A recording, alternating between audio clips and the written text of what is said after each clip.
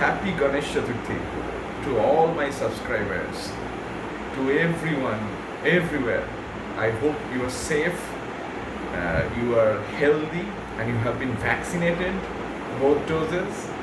And I heartily welcome you on this very, very auspicious occasion of Ganesh Chaturthi. Right. The credit, first thing first, the credit for this video does not go to me. No. I don't deserve the credit for this video. I believe many people, many of my students, many of my followers, subscribers, they deserve the credit, because it is because of those subscribers that I shoot this video and upload them in YouTube. But obviously, so there is no denying the fact that, but more importantly, I would specifically mention 3 names of my students who deserve the full accolade, the full credit of the fact that I am shooting this video right now. Now, who are they? They are Samantha Chakraborty, a student of PG second semester, University of Kolkata, and I think there is another student. She is also a PG student of the University of Kolkata, PG second semester, Shayari Hossain, and there is another student, but he is a UG student. He is an UG student. He is not a PG student. He is a UG student, and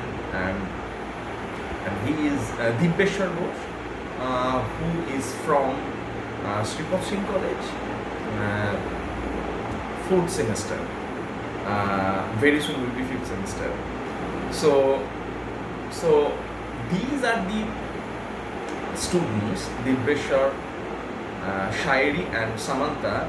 They have inspired me for this video. Dibeshwar always keeps on nagging me that I should shoot a video in Ganesh Chaturthi. Now, there is another incident that happened today while having a conversation with Samantha and Shayari, and they had shown me a picture of Ganesha. They had shown me the picture of Ganesha, which I will share with all of you, but not before reciting a poem by one of the poets that I am doing my PhD on, and his name is Andrew Macmillan, and I'm reading a poem by that British poet Andrew Macmillan, and the name of the poem is "The Men Are Weeping in the Gym." Let me read the poem first, and once I'm done with reading the poem, I would obviously show you the image that was sent by Samantha this afternoon, and I will try and connect an intertextuality with Samantha's image and Andrew Macmillan's poetry. So let me first read the poem, right? The men are weeping in the gym, using the hand dryer to cover their sobs. Their hearts have grown too big for their chests. Their chests have grown too big for their shirts. They are dressed like kids who have forgotten their games kit. They are crying in the toilet. And because they have built themselves as statues, this must mean that God has entered them. Really. They are wringing their faces like sweat towels in the sink. Their veins are about to burst their bangs. They are flooding out of themselves onto the tiles. They have turned water into protein shakes. They have got too close to the mirrors. They have got too close to the glass, and now they are laying in the broken holes of their own faces.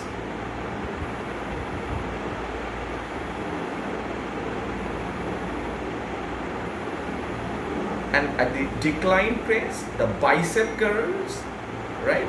The bicep curl, waiting, staring straight ahead, swearing that the wetness on their cheeks is perspiration, that the words they mutter as they flipped are meaningless, that they feel nothing when the muscle tears itself from itself, and that they feel nothing when the muscle tears itself from itself. This line is hugely important for the image which was sent by Samantha Chaturthi today, which I will show after reading probably a couple of more lines. That they feel nothing when their muscles tears itself from itself. That they don't hear the thousands of tiny fracturings needed to build something stronger. So this is how men are torturing themselves in gym. I won't say men are torturing themselves in gym. I would say that men are punishing themselves in gym. And what would happen when men punish themselves in gym? Okay, this is what would happen. This is what would happen. This is what would happen.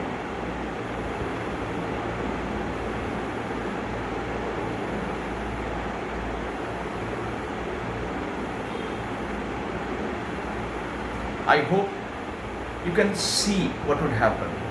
Let me show you.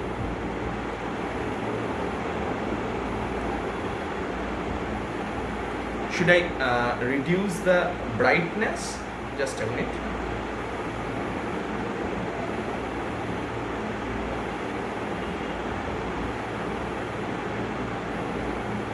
Just watch it carefully. If you don't watch this image, yes, this is the image of Lord Ganesha.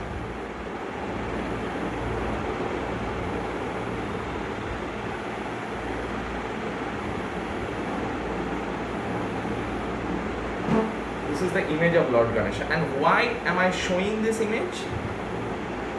I'm showing this image because if you watch it carefully, Lord Ganesha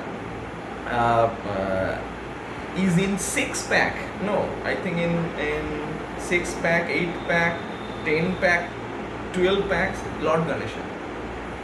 Since when Lord Ganesha has started going to gym? And since when Lord Ganesha has started torturing himself like these these hegemonic males? Since when Lord Ganesha has become Arnold Schwarzenegger? Since when Lord Ganesha has become Salman Khan? Since when Lord Ganesha has become John Abraham? Because the last time I checked, Lord Ganesha was Lord Ganesha, because the last time I checked, Lord Ganesha didn't have 2-pack, 6-pack, 10-pack, 12-pack. Lord Ganesha had family pack. Lord Ganesha had a massive tummy, a family pack. Yes. So instead of having a massive tummy, that is in Bengali called Golumolu or Gablu, Lord Ganesha has turned into these godlike statues, like this self-punishing male who have turned water into protein shakes, according to Andrew Macmillan, who have turned into godlike statues. They have become so big that they are almost ripping their shirt off. Their veins are about to burst from their body.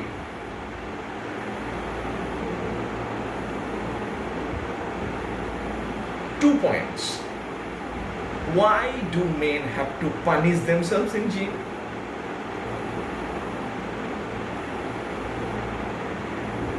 And since when Lord Ganesha has become a gym goer, I have no answer for the second question. That since when Lord Ganesha started going to gym and started working on his abs, even I have started seeing a trend, even in the images of the idols of Lord Shiva. Even I have started seeing this trend that Lord Shiva has started a sort of developing abs. Started developing abs. Lord Shiva started. This is the last time I checked. Lord Shiva was also a Golumolu Shiva, besmattered in muds and ashes, and a very bulky, curvaceous, flabulous, curvy man. So his father has become a gym goer. The son, Lord Ganesha, who used to have a massive family pack, the family pack has now turned into 6-pack, 7-pack, 10-pack, 12-pack. And the first question is, why do men have to torture themselves? Why do men have to turn their water into protein shakes? Why do men have to go to gym in the first place? Why do men have to punish their body just to stay healthy? Really? And when you become healthy, what happens? Exactly what happens to I think some Shukla. I don't remember his name. I have to check again. I have to convey my thankfulness to this very intelligent girl called Shayari Hussain, who sent me this link. Yes, his name is Sidharth Shukla. So when men turn their water into protein shakes, their vein burst out from their body, they become almost a godlike statues. So much so godlike statues that they die. So what happens when men become godlike statues with abs? Men become Schwarzeneggers. This is what they do. They die. I'm reading some of the links that Shayari Hussain sent me. And this Times of India, Sidharth Shukla death case, reason Sidharth Shukla passes away due to heart attack. Why heart attack? Because becoming a common younger ages, because of excess consumption of shakes. Wow. Hindustan Times, again, turning water into protein shakes, problem in lungs. Sidharth Shukla ka kya hua tha? So this goes on. Times of India, Asian Age, everywhere. So this is exactly what men do. Men are determined to turn themselves into a punished, tortured, dead body. Yes. And they have, there was a theory, I think I shot that theory in my previous uploads, that Lou Sirigan is telling that women don't exist. They exist as a fantasy of male. Exactly, patriarchy has updated and reversed itself. So men don't exist. Who exist? The fantasy of female. So men have become the objects, the commodified objects, through selfies in gym, something that we can call gym fee, selfie in gym. So these gym fees, this kind of cover picture, this kind of Garnier for men, this kind of Nivea for men. So these men already are doing everything they can do to become an object. So men were subjects, now they are subject object, now they are exclusively have become objects of female gaze. So what they are doing, they are working very hard in gym, particularly they start working very hard in gym during August, September, so that they become Salman Khan and Arnold Schwarzenegger and Tiger Shroff and Hrithik Roshan during Durga Puja.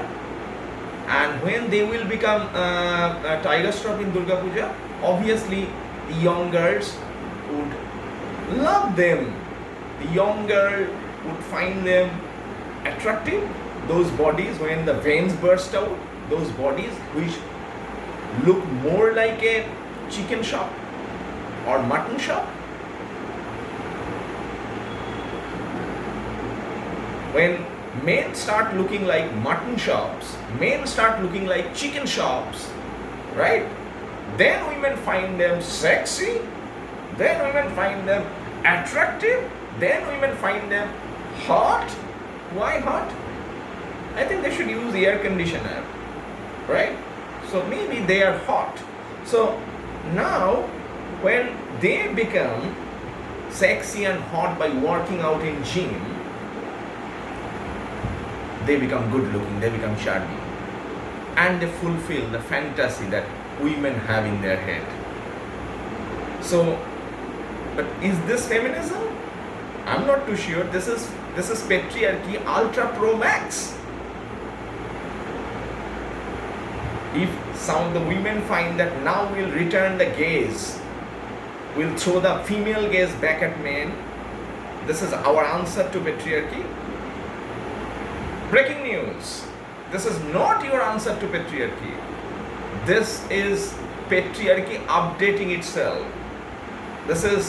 Then this kind of feminism becomes patriarchy ultra pro max.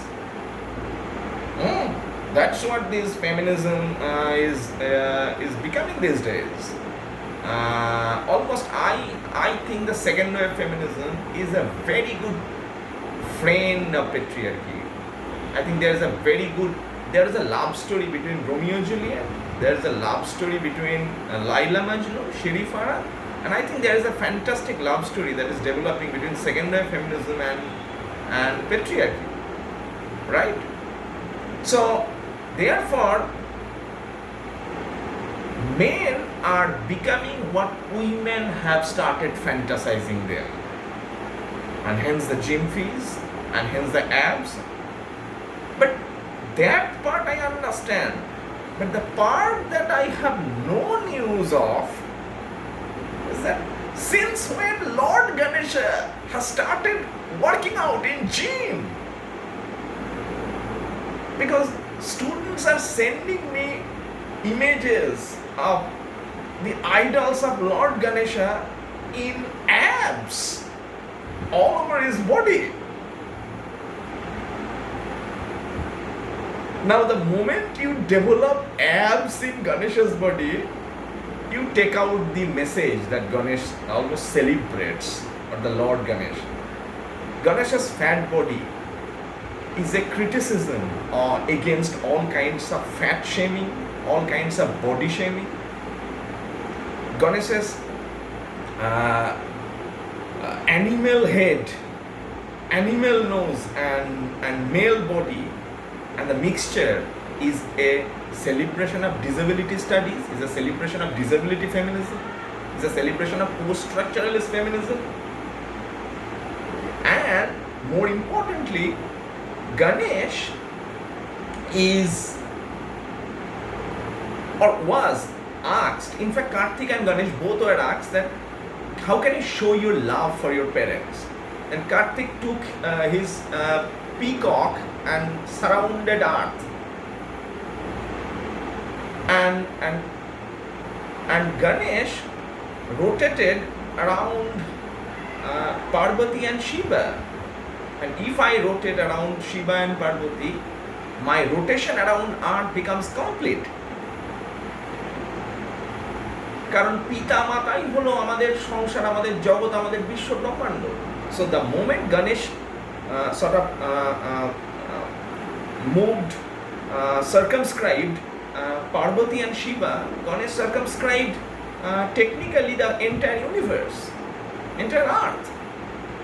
So which obviously comes to a point that Ganesh therefore becomes the most intelligent of gods and goddesses. is the most intelligent of gods and goddesses. Why? Because he has a brilliant human head. Oops, he has animal head. Then again, therefore Ganesh becomes a critique of Renaissance anthropocentrism. That human beings are the sole kind of a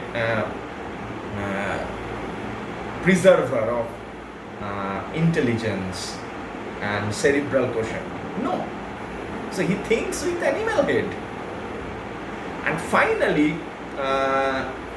when we see these days Ganeshas with pecs and abs, and when this trend becomes fashionable to have more and more images of Ganesh with pecs and abs,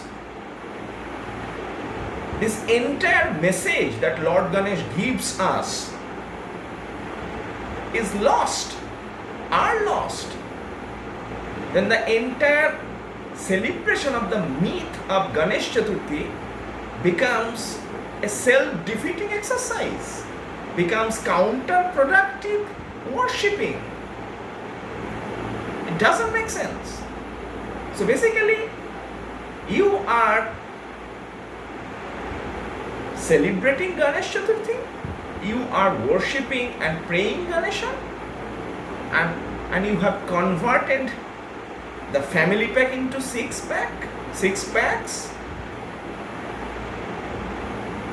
I hope, and maybe if this trend becomes fashionable and continues, then maybe in the next few years, Ganesh might lose his trunk.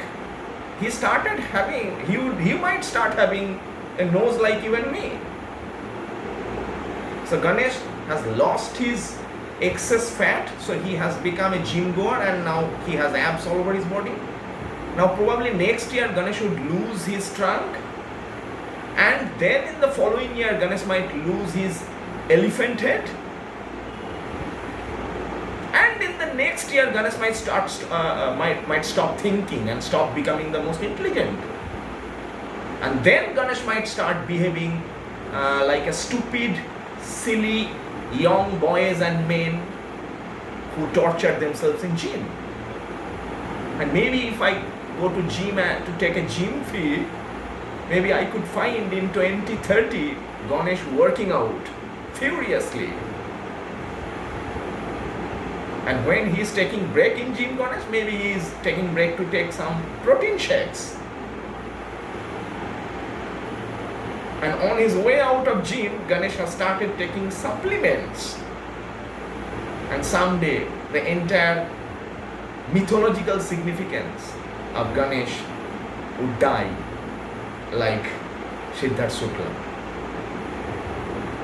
Think about this. Anyway, I don't want to sort of play a spoil sport for your Ganesh Chaturthi, but I only with my hands, benign in humble apology, I just beg all of you, think about the message that Ganesh gives you, think about the symbol that Ganesh is and has been, and don't turn into a gym going stupid kid, a hegemonic male with protein shakes and bursting nerves and 6 abs and 12 packs. And let Ganesh not have these 6 packs. Let Ganesh please have his massive tummy, his family pack, and let's celebrate Ganesh Chaturthi. Thank you so much. Very, very auspicious Ganesh Chaturthi again to all of you. And I cannot thank enough to Samantha, to Shairi, and to Divyeshwar for giving me for Shairi for giving me the Sidharth Shukla links, for Samantha to give me that family pack Ganesh? No, the 6-pack Ganesh. And Divyeshwar for inspiring me to shoot this video on this very wonderful, very significant, very critically, theoretically very interesting Ganesh Chaturthi. Thank you all, and thank you all my viewers, my subscribers for watching my channel, for subscribing me, for loving me, for tuning into my nonsenses, as it were. Thank you. Happy Ganesh Chaturthi to all of you.